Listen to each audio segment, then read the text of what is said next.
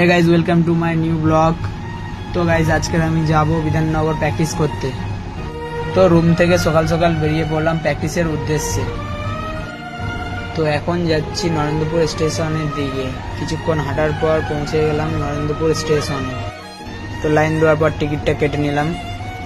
টিকিটটা কেটে নেওয়ার পরে খুব গরম লাগছিল, ট্রেনটা লেট আছে বলে একটু ফ্যানের হাওয়ায় দাঁড়িয়ে গেলাম। তো ফাইনালি আমাদের শিয়ালদার ট্রেন চলে এলো। শিয়ালদায় নেমেই আমার এই বন্ধুর সাথে দেখা হয়ে গেল। বন্ধুটা আমার জন্য অনেকক্ষণ দিয়ে অপেক্ষা করছে। ট্রেনটি বিধাননগর স্টেশন ঢুকতেই বৃষ্টি শুরু।